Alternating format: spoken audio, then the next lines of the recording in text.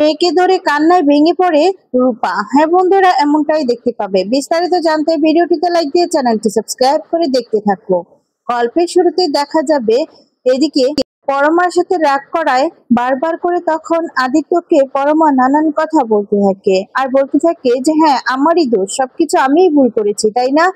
আচ্ছা ঠিক আছে, আমারই দোষ। আচ্ছা আদিত্য, তুমি কি কোনো অপরাধ করোনি? আচ্ছা তোমার যদি মনে হয় যে আমি অপরাধ করেছি তাহলে তোমার কাছে আমি হাত জোড় করে ক্ষমা চাইছি। তখন দেখা যায় পরমা আদিত্যর দিকে তাকিয়ে থাকে আর তখন বড় মায়ের দিকে রাগ করতে থাকে আর বলে যে ঝামেলা আর ভালো লাগছে না, তোমাদের এই সমস্ত ঝামেলা আর ভালো লাগছে না। এদিকে তখন সুদীপা বলে যে শান্ত হও পরমা। আর তখন বলে হ্যাঁ হ্যাঁ, সব দোষ আমার, আমিই দোষ করেছি, আমার অনেক অন্যায় হয়েছে। আর তখন বলে হ্যাঁ তুমি কি করনি বলো তো, তুমি মিথ্যে বলনি। পরমা বলে তুমি তো মিথ্যে বলেছো, তুমি কি সত্যি কথা বলেছো? তুমি মিথ্যেই বলেছো। শোনো, যা অশান্তি শুরু হয়েছে সবটাই তোমার জন্য হয়েছে। এই সমস্ত বললে পরমা রাগ করে সেখান থেকে চলে যায়। আর তখন পরমার পিছন পিছন এদিকে অভ্র সবাই চলে যায়। অন্যদিকে দেখা যাবে পরমার পালিত বাবা মা বাড়িতে চলে আসে। এদিকে সুদীপার পিসুমণি নানান কথা শুনিয়েছে সেগুলোই ভাবতে থাকে। আর তখন দেখা যাবে পরমার পালিত মা বলছে আচ্ছা ওই মহিলা তোমাকে এত কথা কেন শোনালো, বলো তো কেন শোনালো? এর মধ্যে কিছু না কিছু রহস্য আছে, বলো তুমি। আর তখন দেখা যায় পরমার বাবা বলে প্লিজ তুমি এই সমস্ত ছাড়ো, আমার আর ভালো লাগছে না। আর বাবা বলছে প্লিজ তুমি আমাকে এই সমস্ত আর কথা বলো না, আমার ভালো লাগছে না। আর তখন বলে কি সম্পর্ক তোমার ওই মহিলার সাথে বলো। আর তখন সেখান থেকে রেগে চলে যায়। ওই মহিলার সাথে কি সম্পর্ক আমাকে বের করতে হবে। অন্যদিকে পিসিমণি মন খারাপ করে বসে আছে আর বারবার করে সুদীপ আর বাবার কথাগুলোই ভাবতে থাকে আর খুব কষ্ট পেতে থাকে। সুদীপাকে খাইয়ে দিয়েছিল সেই সমস্ত কথাগুলো। এদিকে সুদীপা বলছে পিসিমণি পরমার বাবার সাথে এতটা রিয়াক্ট করেছিল কেন, কি কারণ, আর কেনই বা এমনটা করেছে আমাকে জিজ্ঞেস করতে হবে। এই বলে সুদীপা তার পিসিমণির কাছে আসে আর তাকে এসে জিজ্ঞেস করে যে পিসিমণি তুমি এরকম ভাবে রিয়াক্ট করেছো কেন? কোনো কিছুই বলে না আর বলে আমি এখান থেকে চলে যাব। এরপর বলে তুমি আমাকে রেখে চলে যাবে? আর তখন বলে আমাকে তো যেতেই হতো, আমি নয় কয়েকটা দিন ঘুরে আসি, আমাদের গ্রামের জন্য না আমার মনটা যেন কেমন কেমন করছে। আর ব্যাগ গুছিয়ে সুদীপা আসার আগে বসেছিল। তারপরে সেখানে চলে আসে বড় মা। বড় মা এসে বলতে থাকে আপনাকে আমি এই বাড়িতে দেখতে চাই না, আপনি এখনই এই বাড়ি থেকে বেরিয়ে যান। তখন বলে আপনি কি দেখতে পাচ্ছেন না আমি ব্যাগ গুছিয়ে আপনার বলার আগে আমি রেডি হয়ে আছি, আমি তো চলেই যাব। আর তখন বড় মা সেখান থেকে চলে যায়। তারপর দেখা যাবে সুদীপা বলতে থাকে পিসিমণি তুমি আমাকে রেখে চলে যাবে, আমি যে একা হয়ে যাব। আর তখন বলে কয়েকটা দিনের জন্যই যাব, আমি কয়েকটা দিন ঘুরে আসি, আমার মনটা ভালো লাগবে, আমার গ্রামের জন্য আমার মনটা ছটফট করছে। এই বলে সেখান থেকে চলে যায়। তখন পিসিমণির কথা বলা বলা কথাগুলো মনে করতে থাকে সুদীপা। অন্যদিকে দেখা যাবে বড় মা বসে বসে কাঁদছে আর বলে শুধু আমারই দোষ। আদিত্য তোমার কি কোনো দোষ ছিল না? তুমি তো সেদিন কথা দিয়েছিলে, আজকে আজকে তুমি সবকিছু ভুলে গেলে। এই বলে কাঁদতে থাকে। অন্যদিকে দেখা যাবে এদিকে অব্র পিছন পিছন আসে দরজার বাহির থেকে দেখা যাবে যে পরমাকে বলছে পরমা তুমি দরজাটা খোলো। আর তখন পরমা বলছে আমাকে একটু একা থাকতে দাও, আমি একটু বিশ্রাম করতে চাই। আর তখন সেখান থেকে অভ্র চলে যায়। এদিকে পরমা তখন শুয়ে কাঁদতে থাকে। আর তখন দেখা যায় সুদীপার বলা কথাগুলো মনে করতে থাকে আর কাঁদতে থাকে। সুদীপা আদিত্য ওদের সবার কথা মনে করে। অন্যদিকে দেখা যাবে আদিত্য রেডি হয়ে যায় নাইট ডিউটিতে চলে যাবে বলে। আর তখন সুদীপা বলছে এখনো কেন আসছেন না উনি? আর তখনই চলে আসে আদিত্য। আর তখন বলে আপনি কোথায় যাবেন? এরপর বলে থানায় যাব। আর তখন বলে আপনি তো নাইটে কোনো দিনও যান না, তাহলে আজকে হঠাৎ করে নাইট ডিউটিতে যাবেন? আর তখন বলে কোনোদিনও যাই না, কিন্তু আজকে থেকে যাব। তবে সবার অপমানের কথাগুলোই মনে করতে থাকে আর কষ্ট পেতে থাকে। অব্র যে অপমান করেছিল সেই কথাগুলো ভাবতে থাকে আর কিছুতেই নিতে পারে না পরমা। পরমা তখন দেখা যায় এদিকে সুদীপ আর পিসিমণির কথাগুলো ভাবতে থাকে আর বলতে থাকে যে উনি এভাবে অপমান করেছে সেগুলো ভেবে খুব কষ্ট পায়। আর তারপর পরমা একটা বিষের বোতল হাতে নিয়ে নেয়, সুইসাইড করবে সিদ্ধান্ত নিয়ে নেয়। আর তখনই দেখা যাবে দিকে সুদীপা সুদীপা শুয়ে আছে রূপার সাথে। আর তখন সুদীপা স্বপ্ন দেখে যে দুটো বাচ্চা, কে পরমাকে নিয়েও স্বপ্ন দেখে। পরমাকে নিয়েও খারাপ স্বপ্ন দেখলে সুদীপা বলে আমি এটা কি দেখলাম, আমার আমার এমন লাগছে কেন? কি হয়েছে, আর পরমাকে নিয়ে আমি কেনই বা স্বপ্ন দেখলাম? এই বলে ছুটে পরমার কাছে চলে যায়। আর তখন এদিকে রূপা উঠে যায়। রূপা বলে, মা, মা তুমি কোথায় যাচ্ছো? এই বলে চিৎকার করতে থাকে। আর তখন দেখা যাবে সুদীপা এসে দরজার পাশে দরজা নক করতে থাকে, কিন্তু পরমা কোনো সাড়া নেই।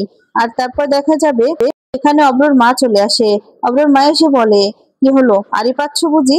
সকাল সকাল এখানে চলে এসেছো যে? আর তখন বলে, না আসলে আমি পরমার সাথে কথা বলতে এসেছি, ডাকতে এসেছি। আর তখন বলে, তোমাকে ডাকতে হবে না, যাও এখান থেকে, যাও বলছি। তোমাদের দুই বউর জন্য আমার তো দুই ছেলে একদম একদম ভালো নেই। এদিকে আদিত্য তো বাড়িতে নেই, তাই না? আদিত্য তখন বলে, না আদিত্য উনি থানায় গিয়েছেন। আর তখন বলে, হ্যাঁ, লজ্জা পাওয়ার কি আছে? এখন লজ্জা পাচ্ছ কেন? মাথা নিচু করে রেখেছো। এদিকে এদিকে একজন শুয়ে আছে, তার কোনো চিন্তা আছে? আমার ছেলেটা কোথায় গিয়েছে? আমার ছেলেটা কোথায় গিয়েছে কে জানে? যাও ঘরে যাও বলছি। আর বলে, তোমাদের দুই বউর জন্য আমার ছেলে না না একদম শান্তিতে নেই, একদমই না। আর তখন এদিকে আড়াল থেকে সবটাই দেখতে থাকে আরেকজন। তখন দেখা যায় বড় মা রাগ করে সেখান থেকে চলে গেলে এদিকে দেখা যাবে দরজার একটা ছোট্ট ফাঁকা দিয়ে দেখতে থাকে পরমা কি করছে। তখন দেখতে পায় যে পরমা শুয়ে আছে। আর পরমা এমন ভাবে শুয়ে আছে, ও বুঝতেই পেরেছে যে হয়তো বা সুইসাইড করেছে। আর বলে, যেরকম ভাবে শুয়ে আছে মনে হচ্ছে সুইসাইড করেছে। আর বলে, এবার খেলবে, খেলা জমবে, জমবে একটা মজা। তখনই দেখা যাবে কি সুদীপা দাঁড়িয়ে আছে। আর তখন বলে, এই আবার দাঁড়িয়ে আছে কেন? তখন পিছন দিকে ফিরতেই সঞ্চালীকে দেখতে পায়। সঞ্চালী বলে, কি হলো, তো বা ঘুমোচ্ছে? তখন বলে, না আমার ঠিক লাগছে না, এই বলে চিৎকার করে ডাকতে থাকে। আর তখনই সেখানে রূপাও চলে আসে। রূপাও ডাকতে থাকে আর বলে, আমার কেন সবকিছু ঠিক লাগছে না, আমার মনে হচ্ছে কিছু একটা ঘটেছে। এই বলে চিৎকার করে ডাকতে থাকে আর কিছুতেই শোনে না। তখন সুদীপা বলে, আমার কাছে তো মিস্টার চৌধুরীর নাম্বার ছাড়া আর কারো নাম্বার নেই। এই বলে আদিত্যকে ফোন করতে থাকে। আর তখন আদিত্য ফোনটা রিসিভ করে না, ফোনটা দেখলেও রিসিভ করে না। তখন বলে, আমাকে এত কথা শোনানো, আবার এখন আমাকে ফোন করা হচ্ছে, আমি ফোন কিছুতেই রিসিভ করব না। কিন্তু অপমান করেছেন, কেন রিসিভ করব? এদিকে তখন হাবিলদার বলতে থাকে, স্যার ফোনটা ধরুন, আপনার ফোন এসেছে। তখন বলে, আপনাকে কি আমি বলেছি? এরপর বলে, আপনি তো এভাবে কথা বলেন না, আজকে কি কিছু হয়েছে? তখন বলে, সরি সরি। আর তখন বলে, হ্যাঁ বুঝতে পেরেছি, আমিও না এরকম করতাম, আমার বিয়ের 15 বছর হয়েছে। এরকমই না হয়, যতক্ষণ তার স্ত্রীর সাথে কথা না বলা হয় ততক্ষণ না মন শান্তি হয় না, এরকম ছটফটি লাগে। এরপর সেখান থেকে চলে যায় আর বলে, আপনার জন্য আমি কিছু বানিয়ে আনি। আর তখন আদিত্য বলে, আপনি বুঝবেন না, আপনাকে যে কি করে বোঝাবো, আমাদের সম্পর্কটাই অন্যরকম। দেখা যাবে সুদীপা সুদীপা চিন্তায় পড়ে যে কি করবে। আর বলে, না বাড়িতে তো কেউ নেই, এখন কি করব, আমাকে এই দরজাটা ভাঙতে হবে। আর তখন সঞ্চালী বলে, কি করছো কি তুমি, এটাও ছেলেদের ব্যাপার। তখন বলে, না আমাকে বসে থাকলে চলবে না। এই বলে একটা লাঠি নিয়ে আসে আর তখন দরজাটা ভাঙার চেষ্টা করতে থাকে। এক পর্যায়ে সুদীপার হাতে গিয়ে লাগে। সুদীপা আঘাত পেলেও তারপরেও থামে না, দরজাটা ভেঙে ভিতরে চলে যায়। তখন দেখতে পায় পরমা মাটিতে লুটে পড়ে আছে আর বলে, পরমা, পরমা কি হয়েছে, তুমি এমন করে শুয়ে আছো কেন? ওঠো পরমা। এই বলে চিৎকার করতে থাকে। আর তখনই দেখতে পায় পাশে একটা শিশি পড়ে আছে। তখন তো ভয় পেয়ে যায় আর বলে, তুমি এটা কি করেছো, কি করেছো তুমি? না আমি তোমার কিচ্ছু হতে দেবো না, কিচ্ছু না। এই বলে পালস চেক করতে থাকে। আর তখন বলে, এদিকে রূপা কাঁদতে থাকে আর বলতে থাকে, মা, মা তুমি কি করেছো, তুমি এভাবে শুয়ে আছো কেন? ওঠো মা। এই বলে চিৎকার চেঁচামেচি শুরু করে দেয়। আর তখন সুদীপা বলে, আমি আমি দেখি গাড়ি রেডি করতে পারি কিনা, হসপিটালে নিতে হবে। এই বলে সেখান থেকে যায়। এদিকে সঞ্চালে খুশি হয়ে যায় আর বলে, ভালোই হবে, এবার মনে হয় না যে বেঁচে থাকবে, মরলে ভালোই হবে। এই বলে হাসতে থাকে। আর তখন এদিকে দেখা যায় রূপা রূপা ডাকতে থাকে পরমাকে, কিন্তু কোনো সাড়া দিচ্ছে না। আর তখন বলতে থাকে, এই আদিক্ষেতা দেখিও না, হ্যাঁ এ না হয়তো বা মরে গিয়েছে, নানান কথা বললে রূপা তখন রেগে যায়। রেগে গিয়ে বলতে থাকে, এই বাজে মহিলা, তুই বাজে কথা বলছিস, তোকে আমি মেরেই ফেলবো। এই বলে ফুলের টপ হাতে নিয়ে নেয় আর তখন ছোটাছুটি শুরু করে দেয়। তখন তো ভয় পেয়ে যায় সঞ্চালী। আর ভয় পেয়ে তখন বলতে থাকে, এই রাখো রাখো, এটা কি করছো তুমি, কি করছো? এই বলে একটা পাশে বসে পড়ে। আর তখন রূপা আবারও পরমার কাছে আসে আর বলে, মা, মা তুমি কথা বলছো না কেন? এই বলে জড়িয়ে ধরে কান্নাকাটি শুরু করে দেয়। এদিকে দেখা যাবে সুদীপা রাস্তায় বেরিয়ে যায় গাড়ি রেডি করার জন্য, গাড়ি কিছুতেই খুঁজে পাচ্ছে না।